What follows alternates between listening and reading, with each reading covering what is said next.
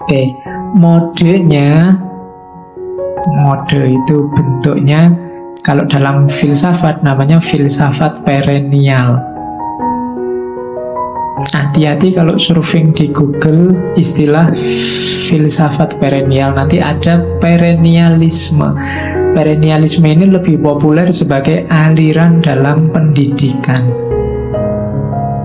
Kalau filsafat perennial itu paham bahwa ada pengetahuan ilahiyah yang sifatnya mendasar, universal, kebenarannya lintas agama, lintas tradisi, lintas sejarah. Jadi ini sifatnya, itu filsafat perennial itu, pengetahuan ini sifatnya pasti, universal, lintas ruang, lintas waktu, dan ya universal. Baru ketika kebenaran yang universal ini diterjemahkan sesuai ruang dan waktu, baru ada keragaman. Jadi khazanah yang sama ketika diterjemahkan ke dalam ruang dan waktu sesuai situasi masing-masing manusia, dari situ baru ada keragaman. Nah, kesalahannya Barat tadi melupakan asalnya ini loh. Keragaman ini kan muncul karena ada akarnya. Akarnya pengetahuan suci tadi. Kesalahannya Barat, dia memotong hubungan dengan pengetahuan suci. Ilmunya hanya nyampe level, nggak nyampe akar, hanya nyampe atasnya saja, pengembangannya saja. Jadi biologi ya biologi, fisika ya fisika, kimia ya kimia, semua gerak sendiri-sendiri seolah-olah masing-masing wilayah yang saling eksklusif, saling tidak berhubungan. Padahal semua yang beda-beda ini ada akarnya. Ini kalau dilanjutkan termasuk agama. Agama itu diturunkan sesuai dengan periodenya masing-masing, fase-fasenya masing-masing, sesuai karakter peradabannya sejak zaman Nabi Adam. Visi utamanya sama, itu yang disebut akal. Ini nanti makanya Hussein Nasr disebut salah seorang tokoh yang mendukung pluralisme agama. Jadi karena bagi dia ya nyawanya ada di situ. Nyawanya ada di pandangan bahwa ada pengetahuan yang sifatnya universal yang jadi dasar semuanya. Jadi kalau gitu agama yang formal tidak penting-penting. Dia kelanjutannya wawasan yang universal tadi. Kalau gitu tidak perlu sholat Pak, yang penting enggak. Untuk konteks hidup kita, manusia era-era belakangan mau kiamat ini, kan sudah, kalau Nabi itu Nabi terakhir kan memang ini akhir zaman. Jadi fase-fase terakhir dari zaman lah, mungkin sebentar lagi kiamat atau ganti apa saya tidak tahu. Tapi ini pasti era-era terakhir. Karena Nabi disebut penutup, berarti ajarannya kan penutup, dianggap sampai akhir besok sudah tidak perlu Nabi lagi. Bahwa kok masih lama ya Pak katanya terakhir, apalagi bagi yang jomblo, yang sumpek, rasanya mesti lama. Tapi ini cepet, zaman ini cepet. Kalau kamu tidak sadar lama-lama tiba-tiba saja, loh kok tiba-tiba saja sudah semester 13 Pak saya. Iya, hati-hati kamu, ini zaman akhir. Karakter agama yang diturunkan, yang sampai ke kita hari ini cocok sama situasi hari ini, dengan pesan yang sama kayak dulu. Kalau katanya Nasr, yang paling kelihatan jelas tauhidnya sejak zaman Adam ya pasti tauhid.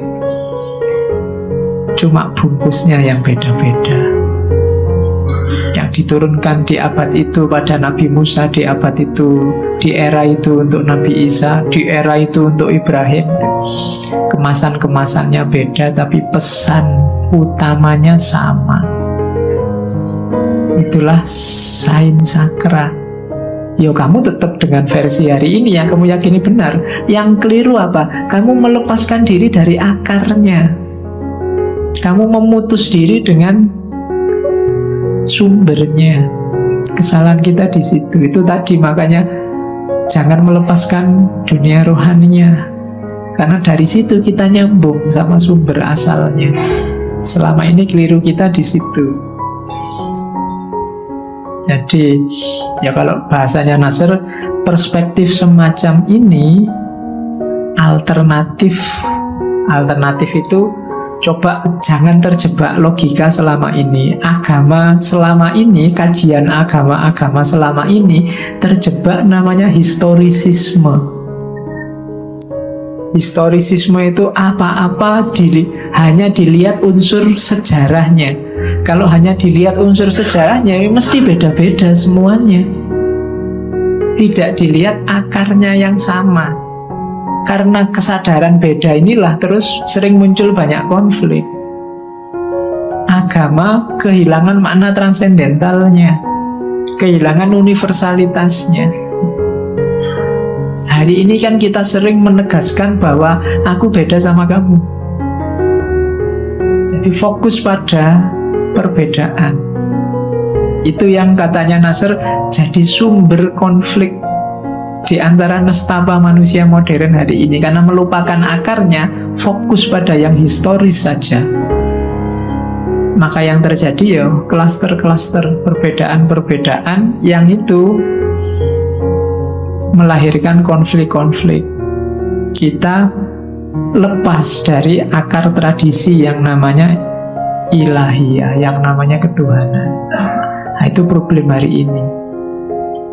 Jadi jangan fokus pada yang beda.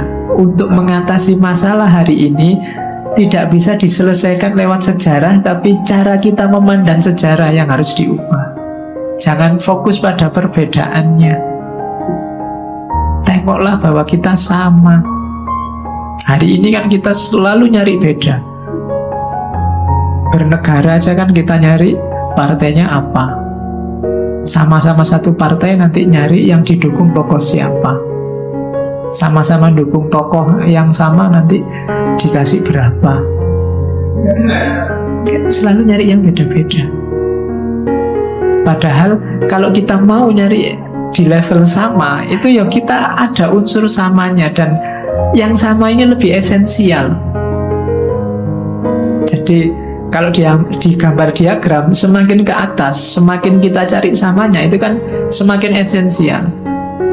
Kalau dilihat kita ini Indonesia apa bukan, di skip aja Indonesia atau bukannya, Muslim apa bukan, di skip saja sampai ke atas. Oh, sama-sama manusia. Ini kan lebih esensial, bahwa kita manusia itu susah memperdebatkannya.